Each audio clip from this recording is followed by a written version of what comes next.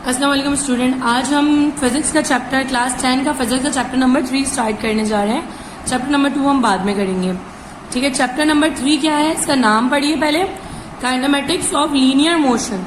Linear motion का मतलब होता है सीधे रास्ते पर हरकत, मतलब टर्निंग के बगैर आप सीधा सीधा ट्रेवल कर रहे होते हैं, एक सीधे पाथ पे ट्रेवल कर रहे हैं, तो वो आपकी लीनियर मोशन कहलाती है। मोशन 2-3 टाइप के होते हैं, उसको हम अभी डिस्कस करेंगे, लेकिन अभी हम लीनियर मोशन की बात करेंगे। लेकिन बात उठती है, चले मोशन भी पढ़ा है, लीनियर भी समझ ही रहे हैं, लाइन के ऊपर होता है, लीनियर लाइन से निकला हुआ है, LIN लाइन AR लीनियर हो रहा है, तो लाइन के ऊपर एक लाइन पे चलते हुए आप जा रहे हैं, भले वो लाइन ऐसे कर्व क्यों ना हो रही है, इस तरह आके ऐसे घूम रही हो, तो वो लाइन ही कहलाती है। इस पर अगर आप गाड़ी चलाएंगे इस तरीके से तो वो लीनियर मोशन में होगी। लेकिन अगर आप यूं राउंड अबाउट पे घुमा रहे होंगे तो वो सर्कुलर मोशन में आ जाएगी। अब बात उठती है व्हाट इज काइनेमेटिक्स। ये वर्ड तो हम पहली दफा पढ़ रहे हैं, तो काइनेमेटिक क्या होता है ये समझने के लिए पहले आपको मैकेनिक्स समझना पड़ेगा। मैकेनिक्स की डेफिनेशन बड़ी जबरदस्त आप याद कर चुके होंगे अब तक। तो mechanics deal with the motion of object with और विदाउट रेफरेंस ऑफ फोर्स। कहते हैं ये किसी बॉडी की हरकत को पढ़ता है फोर्स के ताल्लुक के बगैर या फोर्स के ताल्लुक के साथ। कि मतलब क्या क्या फोर्स लगी थी जो वो बॉडी हरकत में आई। कभी हम फोर्स के साथ उसको पढ़ते हैं, कभी हम फोर्स के बगैर सिर्फ हरकत को पढ़ रहे होते हैं कि हरकत कैसे हो रही है, तेज है या कैसे। कभी हम पढ़ते हैं हरकत क्यों हो रही होती है। जो हरकत क्यों हो रही होती है उसमें हम फोर्स की रेफरेंस को देखते हैं कि फोर्स कहाँ से लगी, कैसे हरकत हुई। तो ये वाई मोशन हैपन, कि ये हरकत हो क्यों रही है, और हाउ मोशन हैपन मतलब ये हरकत कैसे हो रही है, तेज हो रही है, हल्की हो रही है, सीधी हो रही है, उल्टी हो रही है, जैसे भी आप मूव कर रहे हैं तो उसमें हाउ पड़ता है। वो किस में होता है, विदाउट रेफरेंस में। विद रेफरेंस में होता है वाई। ठीक है, तो नाउ मैं आपको काइनेमेटिक्स की तरफ ले जा रही हूँ। देखिए, मैकेनिक्स की 2 ब्रांचेस होती हैं, मैंने भी डेफिनेशन बताई, एक विद रेफरेंस और एक विदाउट रेफरेंस। तो मैकेनिक्स की जो 2 ब्रांचेस होती हैं उनका नाम है, एक का काइनेमेटिक्स और एक का डायनामिक्स। एक में हम विद रेफरेंस टू फोर्स पढ़ते हैं और एक में हम विदाउट रेफरेंस टू फोर्स पढ़ते हैं। काइनेमेटिक के अंदर हम विदाउट रेफरेंस टू फोर्स पढ़ते हैं, यहाँ हम फोर्स का जिक्र नहीं करते हैं। देखें क्या लिखा था, branch of physics which deal with the motion of object. वही मैकेनिक्स वाली डेफिनेशन है, without any reference of force. यहाँ हमने विद काट दिया, विदाउट कर दिया, डेफिनेशन यहाँ भी पूरी है। और एजेंट कॉजिंग द मोशन, या वो वजह जिसकी वजह से हरकत हो रही है उसको हम नहीं पढ़ते, सिर्फ हरकत को पढ़ते हैं। हाउ, कि हरकत हो कैसी रही है, अच्छी है, बुरी है, तेज है, हल्की है, सीधी जाने पे, उल्टी जाने पे, किस जाने पे, वो पढ़ते हैं। How motion happen, agent causing the motion हम नहीं पढ़ते हैं इसमें। काइनेमेटिक जो है वो एक ग्रीक वर्ड से लिया हुआ है, काइनेमा मीनिंग मोशन, जिसके मीनिंग है मोशन। ये आपको आपके नोट्स में नहीं मिलेंगी डेफिनेशन, ये आपने बुक से ही करनी है, मैकेनिक्स की, काइनेमेटिक्स की और डायनेमिक्स की। डायनेमिक्स भी मैं आपको बता रही हूँ अभी क्या होते हैं। काइनेमा से लिया जिसका मतलब है motion. This there is another type of physics which deal with the causes of motion, जिसमें हम वजूहात पढ़ते हैं, मतलब how the motion is produce, कि मोशन किस तरह प्रोड्यूस हो रहा है। What are the factor which will affect the motion, वो फैक्टर कौन कौन से हैं जो फैक्टर को अफेक्ट कर रहे हैं। डायनेमिक्स इज द वर्ड, एक ग्रीक वर्ड डायनेमिक से लिया हुआ है, meaning power. Dynamics the branch of physics which deal with the causes of motion and how they affect motion. इसमें हम मोशन की वजूहात को पढ़ते हैं और उन कॉजेज को जिनकी वजह से मोशन हो रहा होता है। मोशन मतलब हरकत। In kinematic we study the position and motion of an object in space at a certain time without considering the causes of motion. इसमें हम क्या पढ़ते हैं, किसी भी टाइम के लिहाज से किसी बॉडी की हरकत या पोजीशन को उसकी वजूहात जाने बगैर कि ये हो क्यों रहा है। और डायनामिक्स में हम क्या पढ़ते हैं, study of push and pull, कि क्या खींच रहा है उसको, क्या उसको चला रहा है और किस वजह से वो मोशन नहीं कर रहा है। तो चैप्टर 4 जो है हमारा वो डायनामिक्स पे है और चैप्टर 3 जो है ये काइनेमेटिक्स पर है। तो आप इनमें से तीनों डेफिनेशंस करेंगे और इसको अच्छे से याद करेंगे। ये आपकी समरी में भी है तीनों, ठीक है। अगर आपको यहाँ से डेफिनेशन समझ में नहीं आएंगी तो आप यहाँ से भी याद कर सकते हैं। The branch of physics which deal with the motion of bodies, या मोशन लिखा है, फोर्स के रेफरेंस का जिक्र ही नहीं किया, या आप चैप्टर 1 में याद कर चुके, विदाउट रेफरेंस ऑफ फोर्स आता है यहाँ पे। It is the study of motion of body without any reference of force, मतलब इसमें हम कॉजेज ऑफ मोशन नहीं पढ़ते हैं। It is the study of motion under the action of force, इसमें हम फोर्स के साथ मोशन को स्टडी करते हैं। ये तीनों डेफिनेशंस आप याद करेंगे, ठीक है। इंशाल्लाह जब मुलाकात होगी तो फिर इंशाल्लाह आपका टेस्ट भी होगा। ओरल टेस्ट तो फौरन ही हो जाता है, ड्यूरिंग द क्लास भी हो जाता है, मगर बैड लक हमारा ये है कि अभी हम एक साथ नहीं है, तो मैं आपको नहीं जज कर सकती कि आप कितने लेक्चर अंडरस्टैंड कर रहे हैं, कितना आप उसको पढ़ पा रहे हैं। लेकिन अगर आपको कोई भी चीज़ समझ में नहीं आती, आप उसको मार्क कर लीजिए, तो जब भी आपसे मुलाकात होगी तो आप वो चीज़ पूछ सकेंगे और अपने कॉन्सेप्ट क्लियर कर सकेंगे। आप अपने पास मार्क कर लीजिए कि आपको क्या चीज़ मुझसे पूछनी है या आप क्या चीज़ समझना चाहते हैं जो आपको दोबारा समझ में नहीं आ रही है। ठीक है, तो कोशिश कीजिए कि आप अपनी स्टडीज़ को बेहतर बनाएं, आपका रिजल्ट अच्छा होगा, आपके वालिदैन को भी खुशी होगी और हमें भी खुशी होगी। सबसे पहले आती है रेस्ट की definition. When a body does not change it position with respect to its surrounding then it is said to be in state of rest. बेटा देखें, बड़ी बात कर दी इन्होंने कहा when a body does not change it position. ये जो बात आई है ना, ये रेस्ट की वजह बनती है। Does not change it position, आप अपनी पोजीशन चेंज नहीं कर रहे, आप बैठे हुए हैं। ठीक है, मैं बैठी हुई हूँ, सपोज कीजिए इस चेयर के ऊपर, अब मैं नहीं हिल रही। मुझे किसी ने बोला उठ के चली जाओ यहाँ से, मैंने बोला मैं तो नहीं जा रही, मैं रेस्ट में हूँ, बिल्कुल मैं आराम कर रही हूँ, बैठी हुई हूँ। अब क्या किया, 3 बंदों ने मेरी चेयर उठाई, उठा के उन्हें जहां पहुंचानी थी वो चेयर रख के आ गए। मैं तो फिर भी रेस्ट में थी, मैं तो नहीं हिली, लेकिन मेरी जगह चेंज हो गई। ठीक है, यहाँ लिखा ना does not change it position. अब आप ये तो नहीं कह सकते कि मेरी पोजीशन चेंज नहीं हुई, मेरी पोजीशन तो चेंज हो गई। मैं यहाँ बैठी हुई थी इस क्लास में, मुझे ले जाके दूसरी क्लास में रख दिया गया। अब with respect to my surrounding, अगर मैं चेयर के हिसाब से देखूं तो चेयर के ऊपर तो मैं बैठी हुई थी, चेयर के हिसाब से तो मैं नहीं हिली, लेकिन जो लोग उस क्लास में मौजूद थे उनके हिसाब से मैं रेस्ट में नहीं रही, मुझे उठा के ले जाया गया, तो मैं हरकत में आ चुकी हूँ, मेरी पोजीशन चेंज हो गई है। ठीक है बेटा, रेस्ट और मोशन का ताल्लुक हमारी सराउंडिंग से होता है, इर्द गिर्द के माहौल से होता है कि हमारे इर्द गिर्द की चीजें किस कंडीशन में हैं। अगर वो हमारे हिसाब से रेस्ट में है, जैसे मैं इस रूम में मौजूद हूँ, ये रूम नहीं हिल रहा तो मैं भी नहीं हिल रही, मैं इस रूम के हिसाब से तो रेस्ट में हूँ। लेकिन अगर मैं इस अर्थ की बात करूं, जमीन की, तो ये जमीन हिल रही है, मुस्तकिल कंटिन्यूअस मोशन में है। और जो बंदा मुझे चांद पे से देख रहा है उसको तो मैं हिलती भी नजर आऊंगी। आ रही बात समझ? तो with respect to this room I am in rest, and with respect to that person who is on the moon, वो बंदा जो मून पे बैठा मुझे देख रहा है, उसके हिसाब से तो मैं हिल रही हूँ जमीन के साथ साथ, तो मैं उसके हिसाब से तो मोशन में आ गई। तो ये विद रिस्पेक्ट टू सराउंडिंग जो होता है ना, ये देखने वाले का नजरिया होता है, जो जिसके हिसाब से हम अपना अंदाजा लगा रहे हैं, रूम के हिसाब से लगा रहे हैं हम रेस्ट में। अब एक और एग्जाम्पल ले लें, जैसे आपकी बुक में भी ये एग्जाम्पल है। जैसे एक बंदा ट्रेन में गया, ट्रेन की सीट पे बैठ गया, मैं बैठी हुई हूँ ट्रेन की सीट पे, और ट्रेन के हिसाब से मैं रेस्ट में हूँ। ट्रेन की कंपार्टमेंट के अंदर मेरा ग्लास सामने रखा हुआ है, वो भी उसी जगह रखा रहेगा जहां मैं बैठी हुई हूँ, मुझसे उतना ही दूर रहेगा, ना ग्लास हिलेगा ना मैं एक हाथ बढ़ाऊंगी मुझे ग्लास मिल जाएगा अभी भी, और ट्रेन चलने के बाद भी। तो ट्रेन के according to the train, with respect to the train, मैं रेस्ट में हूँ ट्रेन के अंदर। लेकिन अगर मैं स्टेशन की बात करूं, स्टेशन पे खड़ा हुआ बंदा था, ट्रेन रुकी हुई थी, वो मुझे देख रहा था, उसके हिसाब से मैं रेस्ट में थी। लेकिन जब ट्रेन चलने लगी, ट्रेन के साथ साथ मैं भी चलने लगी, उस बंदे के हिसाब से मैं आ गई किसमें, मोशन में। लेकिन अकॉर्डिंग टू द कंपार्टमेंट, अगर मैं कंपार्टमेंट का जिक्र करूं जो मेरे ट्रेन का डब्बा है, उसके हिसाब से तो मैं रेस्ट में हूं। तो ये देखने का नजरिया है कि आप अपने आप को किस चीज के हिसाब से कंसीडर कर रहे हैं। ये आता है with respect to its surrounding में, कि जब एक बॉडी अपनी सराउंडिंग, अपने इर्द गिर्द के हिसाब से अपनी जगह चेंज नहीं कर रही तो वो रेस्ट में। ट्रेन के कंपार्टमेंट के हिसाब से मैं रेस्ट में हूँ, लेकिन मैं अगर स्टेशन के हिसाब से बात करूं तो मैं ट्रेन में बैठे हुए भी किसमें आ गई, मोशन में।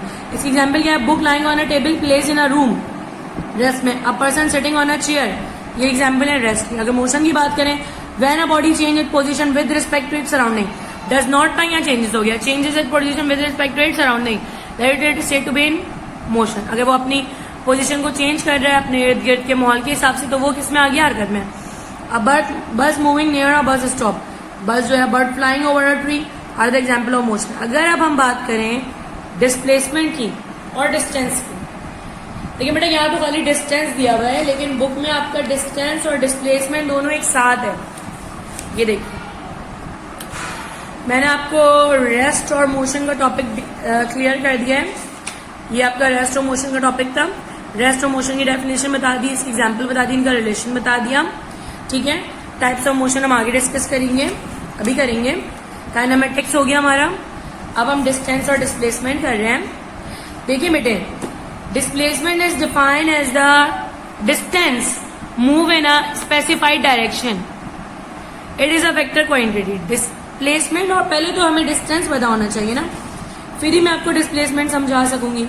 तो मैं कोशिश कर रही हूँ कि मैं आपको नोट्स में से समझाऊं ताकि आपको याद करने में भी आसानी हो. मैंने बुक भी अपने साथ रखी हुई है कि मैं दोनों को फॉलो कर रही हूँ. ठीक है.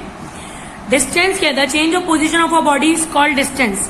एक इंसान यहाँ मौजूद था, यहाँ से घूमता फिरता इधर आ गया ए पॉइंट से, दैट इज कॉल्ड डिस्टेंस. जो फासला उसने तय किया वो क्या कहलाता है? Distance. The change of position of a body in a particular direction. किसकी जिक्र हो गई? यहाँ भी चेंज ऑफ पोजीशन था, यहाँ भी चेंज ऑफ पोजीशन है. अब बॉडी तक सेम है. यहाँ ऐड क्या करते हैं? पर्टिकुलर डायरेक्शन, एक खास डायरेक्शन में, left right up down forward backward, ये डायरेक्शन आ गई. तो ये क्या बन गया? डिस्प्लेसमेंट. डिस्टेंस और डिस्प्लेसमेंट में सिर्फ डायरेक्शन का फर्क है. फर्स्ट कीजिए, आपको बोला गया यहां से मक्का होटल से बाबा मोड़ जाइए. आप 2-3 गलियों से घूमते हुए जा रहे हैं, दैट इज कॉल्ड डिस्टेंस. ये आपने डिस्टेंस कवर किया यहां तक. लेकिन आपको कहा सीधे सीधे मक्का होटल से स्ट्रेट बाबा मोड़ चले जाओ, तो ये हो गया डिस्प्लेसमेंट. ये एरो से शो किया हमने. यहां से ये सीधा गया यहाँ, दैट इज अ डिस्प्लेसमेंट. तो डिस्टेंस क्या होता है? विदाउट एनी डायरेक्शन आप जा रहे हैं. और ये डिस्प्लेसमेंट को कहते हैं the shortest distance between 2 point is called displacement. Displacement जो है वो शॉर्टेस्ट डिस्टेंस होता है 2 पॉइंट के दरमियान. ठीक है. और डिस्टेंस क्या होता है? A path travel by a body. जितना भी ट्रेवल वो कर रही है तो वो क्या कहलाता है? डिस्टेंस. अगर मैं डिस्प्लेसमेंट की एक और आपको डेफिनेशन बताऊं, देखें, एक बंदा यहां से स्टार्ट हुआ, आगे बढ़ा, फिर यहां से इधर आया, फिर इधर आया और फाइनली वो यहां आया. तो यहीं से शुरू हुआ था, यहीं आया. इसकी डिस्प्लेसमेंट क्या हो गई? 0. क्यों? डिस्प्लेसमेंट क्या होती है? इंटरवल बिटवीन या distance between starting and ending point. Starting and ending point. अब मेरी गाड़ी यहां से शुरू हुई थी और यहां पहुंची है, तो ये इसका डिस्प्लेसमेंट है. क्या है? ये पूरा डिस्प्लेसमेंट आ रहा है इस पॉइंट से इस पॉइंट तक. तो ये यहां से चली थी और यहां पहुंची है. इनिशियल डेस्टिनेशन से फाइनल डेस्टिनेशन जो होती है उसका फासला जो होता है, the shortest distance between starting and ending point is called displacement. वो क्या कहलाता है? डिस्प्लेसमेंट. कि कहां से आप चले थे, कहां आप पहुंचे. लेकिन जहां से आप चले थे घूम फिर के वापस वहीं आ गए, तो डिस्प्लेसमेंट क्या हो गया? 0. क्योंकि आप तो मूव किया ही नहीं. लेकिन आप बोलेंगे यार मैं तो इतना लंबा डिस्टेंस ट्रेवल करके यहाँ पे आया हूँ, तुम कह रहे हो मैंने कुछ किया ही नहीं है. तो ये फिजिक्स के टर्म में डिस्प्लेसमेंट यहाँ पे 0 हो जाती है. क्योंकि डिस्प्लेसमेंट होती है डिफरेंस बिटवीन या total distance between starting and ending point is called displacement. तो ये डिफरेंट डेफिनेशंस होती हैं, आप कोई सी भी लिख सकते हैं. ये मैं सिर्फ आपको एक्सप्लेन कर रही हूँ कि डिस्टेंस क्या होता है? किसी भी फासले को किसी भी तरह से तय करना. डिस्टेंस को, डिस्प्लेसमेंट को भी आप डिस्टेंस कह सकते हैं क्योंकि वो भी फासला ही है, लेकिन वो शॉर्टेस्ट डिस्टेंस होता है. उसमें डायरेक्शन इंक्लूड होती है. आप एक खास डायरेक्शन में चलते हुए जाते हैं. बगैर डायरेक्शन की जो होती हैं वो स्केलर क्वांटिटीज होती हैं, इसलिए डिस्टेंस स्केलर क्वांटिटी है. डिस्प्लेसमेंट वेक्टर क्वांटिटी है. डिस्टेंस को हम एस से शो करते हैं, डिस्प्लेसमेंट को हम एस के ऊपर एक एरो लगा देते हैं. डिस्टेंस का यूनिट क्या होता है? ऐसा यूनिट मीटर, एम से लिखते हैं हम. डिस्प्लेसमेंट का भी ऐसा यूनिट क्या होता है? मीटर. दोनों का यूनिट सेम होता है, मीटर में लेते हैं, लेकिन फर्क सिर्फ डायरेक्शन का आता है. ठीक है भाई. ये देखें, पाथ 1 है, बंदा यहां से घूमता फिरता यहां तक आया, फिर और घूमता फिरता आया, 3 में और घूमता फिरता है, लेकिन 4 में वो स्ट्रेट जा रहा है. तो ये 4 है, ये डिस्प्लेसमेंट है. बाकी तमाम ये है डिस्टेंस है. ठीक है. आ रही है मेरी बात समझ में आपको? होपफुली ये टॉपिक आपका क्लियर हुआ होगा. Now we are moving to our next topic, the types of motion. अब मैं इस टॉपिक पे आई हूँ टाइप्स ऑफ मोशन पे. ये आपका टॉपिक बुक में भी है आपका ये, ठीक है, और नोट्स में भी है. पहले मैं आपको बताऊं टाइप्स ऑफ मोशन कितनी होती है. 3 तरह की टाइप्स होती हैं: translatory motion, rotational motion, vibratory motion. Translatory motion में क्या होता है? बॉडी एक प्लेस से दूसरी प्लेस पे जाती है स्ट्रेट लाइन में. The change of position of a body in a straight line. जब एक बॉडी एक स्ट्रेट लाइन में ट्रेवल करे, जैसे गाड़ी है, यहाँ थी यहाँ पहुंच गई. लाइन मतलब ये नहीं कि लाइन बिल्कुल स्केल से खींच दें. ये जो मैं इस तरह की लाइन भी खींचूंगी, देखें इस तरीके से ये बनी हुई है लाइन, तो जो इस पे भी ट्रेवल करेगा ना, इस लाइन पे भी, वो भी ट्रांसलेटरी मोशन ही कहलाएगा. गाड़ी चल रही है, थोड़ा सा टर्न किया, वो लाइन पे ही जा रही है. कोई अप डाउन पहाड़ी वाड़ी नहीं है ये कि वो रोटेट कर रही है या घूम रही है, इसको हम ट्रांसलेटरी मोशन ही कहते हैं। The motion of a car on a straight route, motion of a aeroplane on a runway, the example of linear motion. Car और एरोप्लेन का जो मोशन होता है रनवे के ऊपर वो आपका लीनियर मोशन है। Rotation motion, rotational, the change of position of body in a circular direction with respect to its surrounding. यहाँ लिखा हुआ है circular direction with respect to its surrounding, लेकिन मेरे लिहाज से अलॉन्ग इट एक्सिस, ये जो है ना ये point, if a body spin और rotate about a fix point और एक्सिस, ये बात ज्यादा मैटर रखती है। इसको ज्यादा अच्छी डेफिनेशन यहाँ है, इफ अ बॉडी स्पिन और rotate about a fix point और axis it motion is called rotatory motion. अगर वो एक खास पॉइंट पे रहते हुए घूमे, ठीक है, यहाँ पे लिखा हुआ है the change of position body in a circular direction with respect to its surrounding, with respect to its surrounding नहीं, अबाउट अ फिक्स पॉइंट और एक्सिस वाला ज्यादा अच्छा है, आप इसको करेंगे। It motion is called rotatory motion. देखिए पंखा है, ये फिक्स पॉइंट से जुड़ा हुआ है, लेकिन ये फिर भी रोटेट कर रहा है, तो ये एक ही जगह पे रहता हुआ, अपने फिक्स पॉइंट पे रहता हुआ गोल गोल घूम रहा है, दैट इज कॉल्ड स्पिन या रोटेट कर रहा है। स्पिन का मतलब होता है घुमाना और रोटेट का मतलब भी होता है घूमना। स्पिन और रोटेट यूज में दोनों वर्ड यूज कर सकते हैं आप। तो ये फिक्स पॉइंट पे रहते हुए रोटेट कर रहा है, ये रोटेटरी मोशन कहलाता है। क्या कहलाता है जी? Rotatory motion. इसकी एग्जाम्पल जो है यही है, अर्थ क्योंकि अपने ऑर्बिट पे रहते हुए रोटेट कर रहा होता है ये, और ये पंखे के जो ब्लेड्स होते हैं ये एक फिक्स एक्सिस पे रहते हुए रोटेट कर रहे होते हैं, ये रोटेटरी मोशन की एग्जाम्पल है। आपके पास ये the motion of a fan, the spin of a earth along its axis, the motion of wheel of a car. ठीक है, यहाँ पे खाली व्हील्स लिखा हुआ है, wheels of a car are the example of rotation motion, क्योंकि वो एक फिक्स पॉइंट पे जुड़े रहते हैं। ये जो फिक्स पॉइंट है ना, मैं इस पे जोर इसलिए दे रही हूँ कि ये आप अपनी डेफिनेशन में जरूर डालेंगे। The motion of a vibratory motion है the motion of a body around a mean position. देखिए इसमें दिया हुआ है in circulate with respect to it surrounding की जगह आप लिख लीजिए the change of position of a body in a circular direction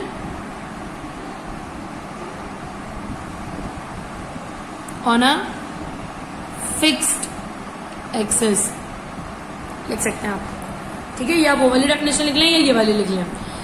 ठीक है, अब मीन पोजीशन जो है ये इसका मेन वर्ड है। मीन पोजीशन का मतलब होता है बुनियादी नुक्ता। वाइब्रेटरी मोशन में क्या होता है, बॉडी जो होती है वो वाइब्रेट करती है, किस तरीके से, टू एंड फ्रो, आगे पीछे आगे पीछे। आपका मोबाइल होता है ना, वाइब्रेट करता है, कैसे करता है, वो अपनी जगह से ऊपर नीचे इस तरह से वाइब्रेट करता है। लाइक दैट उसकी मीन पोजीशन होती है जहां पे वो रुका हुआ होता है। ये इसकी मीन पोजीशन है पेंडुलम की। पेंडुलम धागे में आप एक बॉल को बांध दीजिए, लटका दीजिए कहीं से, जब मैं इसको खींच के यहाँ लाऊंगी वहां जाएगा, लेकिन वो कोशिश करता है अपनी मेन पोजीशन पे आने के लिए। ठीक है, तो to and fro motion of a body is called vibratory और ऑसिलेटरी मोशन। वाइब्रेटरी और ऑसिलेटरी मोशन कहलाता है। ये इसकी एग्जाम्पल है, देखें आप, ये देखें आपके नोट्स में क्या लिखा हुआ है, the change of position of a body around a mean position in one axis is called vibratory और ऑसिलेटरी मोशन। मीन पोजीशन भी लिख सकते हैं आप, यहाँ तक भी लिख सकते हैं। Motion of a wing of a bird, जैसे चिड़िया के पर हिलते हैं, कैसे हिलते हैं, ये देखिए उसकी मीन पोजीशन होती है, वो ऐसे अपने विंग्स को ऊपर नीचे करती है, मगर यहाँ से उसके विंग्स अटैच होते हैं, मीन पोजीशन से ही वो ऊपर नीचे हो रहे होते हैं। ठीक है, मोशन ऑफ अ स्ट्रिंग और सितार, जब आप गिटार बजाते हैं तो आप उसकी स्ट्रिंग को ऐसे ऐसे हिला रहे होते हैं, लाइक दैट। ये आपका गिटार का स्ट्रिंग है, तो आप इसको ऊपर नीचे हिला रहे होते हैं, लेकिन वो वापस अपने मीन पोजीशन पे आ रहा होता है। इसी की तरह आपका सिंपल पेंडुलम का जो मोशन है वो भी जो है आपका किस में आता है, वाइब्रेटरी मोशन में। तो ये आपका एक और टॉपिक कवर हो चुका है। अब हम स्केलर और वेक्टर क्वांटिटीज को करेंगे। बेटा देखिए, स्केलर और वेक्टर क्वांटिटीज बहुत आसान है। अगर मैं आपको समझाऊं इसके बारे में कुछ, तो डिफरेंशिएट में मौजूद नहीं है, लेकिन इसका डिफरेंशिएट भी आता है पेपर में, तो हम कोशिश करते हैं कि हम इसको बुक से समझ लें और डिफरेंस भी यहीं कर दें। ठीक है, ये भी नोट्स में मौजूद नहीं है, चैप्टर 5 में होगा। चैप्टर 5 क्योंकि हमारा वेक्टर्स क्वांटिटी है तो ये उसके अंदर मौजूद है, उसका डिफरेंशिएट भी होगा, तो मैं आपको वहीं से करा देती हूँ। चैप्टर 5 भी बहुत इंटरेस्टिंग है, बड़ा मजेदार चैप्टर है। इसमें बहुत सारी ऐसी बातें हैं जो आप सीखेंगे तो आपको बहुत मजा आएगा। There is a scalar and vectors. ठीक है, स्केलर आप भी यहीं से कर लीजिएगा, आपके पास नोट्स होंगे तो चैप्टर 5 में सब इसका डिफरेंट डायरेक्ट कर सकते हैं। The physical quantity which require only magnitude, magnitude कहते हैं 4, 5, 6 जो उसकी क्वांटिटी है। एंड सुटेबल यूनिट, यूनिट मतलब मीटर, जिसमें उसको नापते हैं, जैसे दूध को लीटर में नापते हैं 1 लीटर, तो उसका मैग्नीट्यूड 1 है और उसका यूनिट जो है वो लीटर है। गोश्त को हम केजी में नापते हैं, 2 kg है तो उसका मैग्नीट्यूड 2 है और उसका यूनिट जो है वो केजी है। फॉर देयर कंप्लीट डिस्क्रिप्शन, उसको पूरी तरह डिस्क्राइब करने के लिए हम उसका मैग्नीट्यूड और यूनिट इस्तेमाल करते हैं, वो कहलाता है स्केलर क्वांटिटी। मगर physical quantities which are required magnitude, suitable unit, मतलब मैग्नीट्यूड भी और यूनिट भी, along with the proper direction. अब यहाँ क्या एक और चीज आ गई है, direction, are called vector quantity. ये वेक्टर क्वांटिटी हो जाती है जब हम डायरेक्शन का जिक्र कर देते हैं, left, right, up, down, straight, forward, backward, तो ये हमारा वेक्टर क्वांटिटी बन जाता है. इसमें मैग्नीट्यूड और यूनिट के साथ साथ डायरेक्शन का भी जिक्र होता है. स्केलर्स जो क्वांटिटीज होती हैं उनको आप ऐड सब्ट्रैक्ट कर सकते हैं अपने सिंपल मैथमेटिक्स से, जैसे आप मैथ्स में प्लस माइनस करते हैं, मगर वेक्टर्स को हम डायरेक्टली ऐड सब्ट्रैक्ट नहीं कर सकते. इसके लिए हम head to tail rule use करते हैं. चैप्टर 5 में पढ़ेंगे इंशाल्लाह. अभी बताना बहुत अर्लियर हो जाएगा. आप बोलेंगे क्या, जो बच्चे 8 में पढ़ चुके होंगे उनको पता होगा हेड टू टेल रूल क्या है, मगर फिर भी हम 5 चैप्टर में दोबारा इसको डिस्कस करेंगे. एग्जाम्पल अभी के लिए इतना काफी है कि वेक्टर्स जो है डायरेक्टली ऐड नहीं हो सकते. उसको ऐड करने के लिए आपको हेड टू टेल रूल इस्तेमाल करना पड़ता है. हेड टू टेल रूल क्या है ये हम चैप्टर 5 में पढ़ेंगे. एग्जाम्पल डिस्टेंस, मास, टाइम, लेंथ, स्पीड, ये सब स्केलर क्वांटिटीज हैं. इसमें डायरेक्शन का जिक्र नहीं होता है. Displacement, velocity, acceleration, force, torque, ये तमाम वेक्टर क्वांटिटीज है. स्केलर क्वांटिटीज को हम डायरेक्ट लिख देते हैं, वेक्टर क्वांटिटीज के ऊपर एरो लगाते हैं. Sample of scalar quantities, sample of vector quantities. ठीक है, मैंने आपको स्केलर और वेक्टर का टॉपिक भी क्लियर कर दिया है. अब हमारे पास टॉपिक है स्पीड, वेलोसिटी और एक्सेलरेशन. देखिए स्पीड, वेलोसिटी, एक्सेलरेशन. मैं कोशिश कर रही हूँ कि मैं आपको इसकी एक पहले मजेदार सी डेफिनेशन दे दूं ताकि आपको याद करने में बड़ी आसानी हो. देखिए स्पीड की definition, distance cover by a body in unit time is known as speed. The rate of change of displacement with respect to time is called velocity. Rate of change of displacement का मतलब है with respect to time, मतलब displacement को time से divide कर दें, क्या बन जाता है, velocity. The rate of change of displacement की जगह अगर डिस्टेंस लिख दें, क्या लिख दें, distance with respect to time, तो ये क्या बन जाता है, speed. Speed rate of change of distance होता है, velocity rate of change of displacement होता है. अब एक्सेलरेशन क्या होता है, वो वेलोसिटी से भी ऊपर है. Rate of change of velocity is known as acceleration. मतलब वेलोसिटी को आप देखिए, यहाँ पे रेट ऑफ डिस्प्लेसमेंट लिखा हुआ है, चेंज नहीं लिखा, लेकिन यहाँ पे क्या लिखा हुआ है, रेट ऑफ चेंज ऑफ. ठीक है, वेलोसिटी, यहाँ चेंज का जिक्र नहीं है, रेट ऑफ का जिक्र है. मतलब आप सिर्फ रेट करेंगे, इसको डिवाइड कर देंगे, लेकिन चेंज ऑफ का मतलब है इसका चेंज निकालेंगे और उसको टाइम से डिवाइड करेंगे तो एक्सेलरेशन बन जाएगा. डेफिनेशन आप यहाँ से भी ले सकते हैं. फर्दर हम आपको इसको नोट्स में से क्लियर करते हैं. ये मेरी डेफिनेशन आप कुछ भी लिखें, डेफिनेशन होनी चाहिए कि वो समझते ही आपको भी समझ में आ जाए चीज क्या है, और जिससे आप समझाना चाह रहे हैं उसको भी. जो पेपर चेक करने वाला होता है वो चाहता है कि बच्चा मुझे इतने अच्छे से लिख के दिखाए कि मुझे देखते ही बात समझ में आ जाए. तो आप कोशिश कीजिए कि आप बेहतरीन डेफिनेशन लिखें और उसके जो की वर्ड्स होते हैं, मतलब जो इंपॉर्टेंट टर्म्स होती हैं, बच्चे क्या करते हैं पूरी डेफिनेशन लिखते हैं, जो उसका मेन वर्ड होता है वही खा जाते हैं.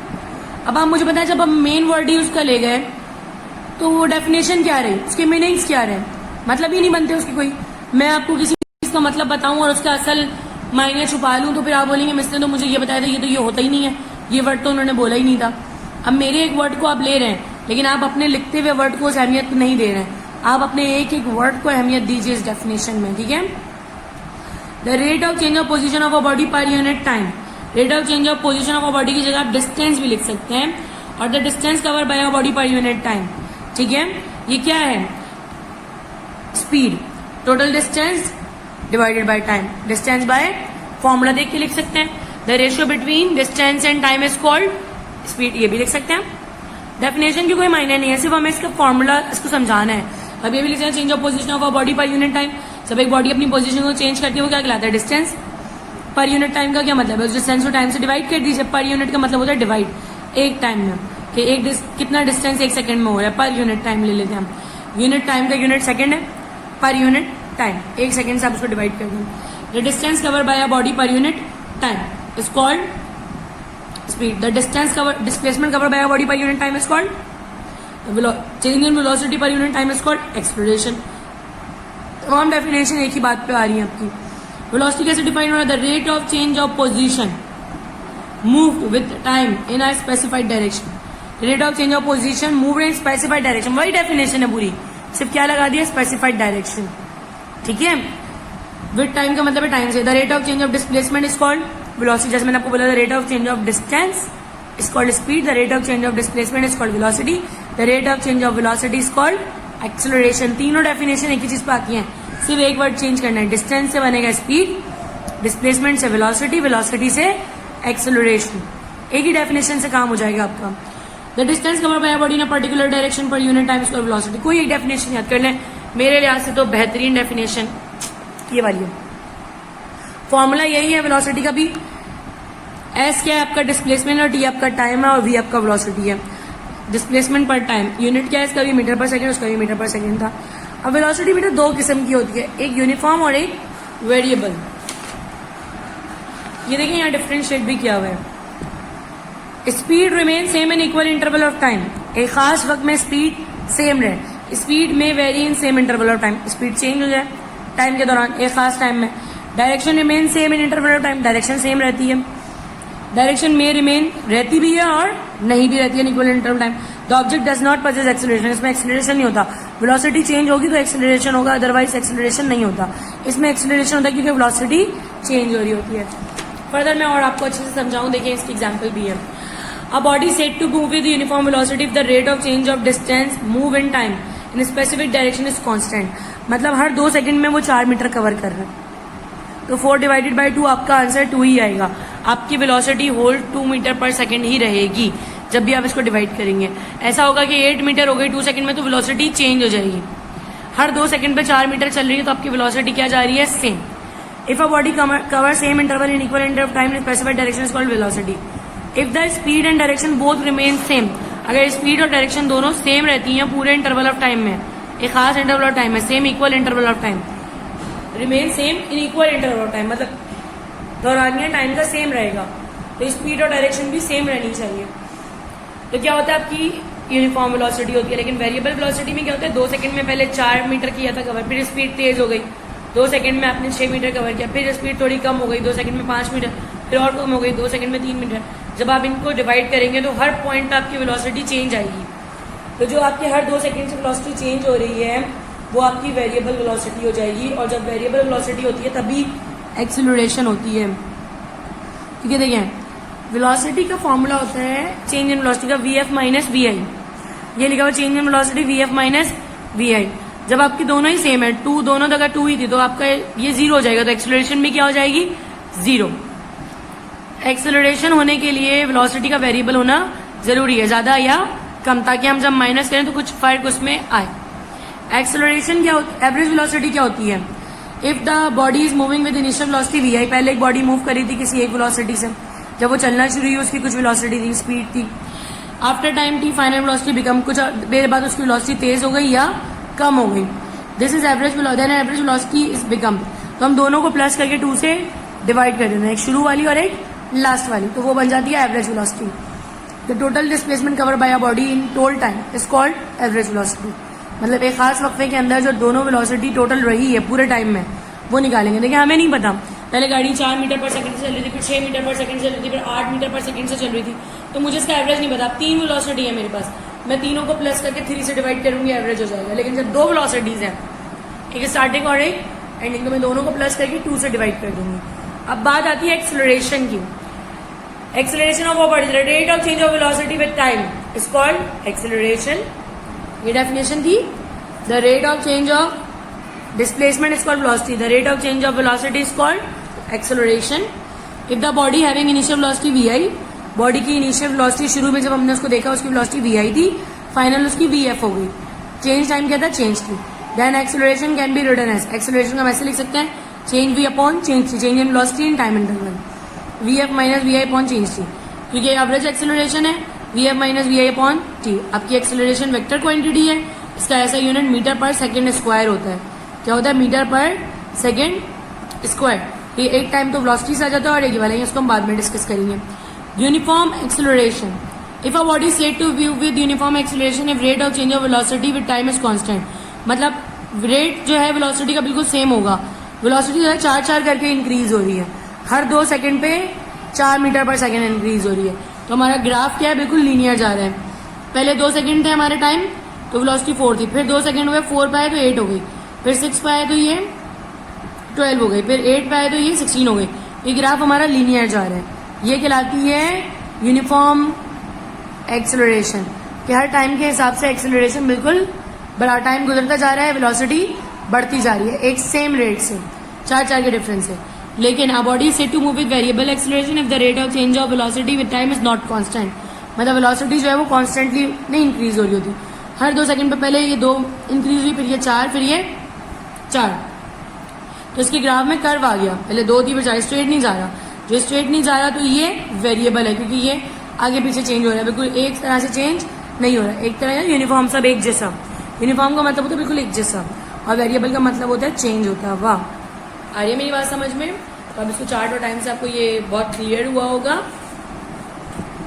तो ये एक्सेलरेशन हमारी पॉजिटिव नेगेटिव दोनों होती है, ठीक है बेटे.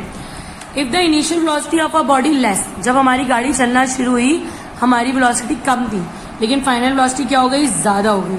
तो वीएफ में से हम वीआई माइनस करते हैं, ठीक है, मैं यहाँ करके बता रही हूँ. देखें, वीएफ में से हम वीआई माइनस करते हैं. अगर हमारा फाइनल वेलोसिटी 4 है और इनिशियल 2 थी तो आंसर आएगा +2. लेकिन अगर हमारी पहले वेलोसिटी 4 थी और बाद में 2 हो गई, मतलब फाइनल जो है वो कम है और इनिशियल ज्यादा थी, तो आंसर क्या आएगा, -2. आ रही बात समझ?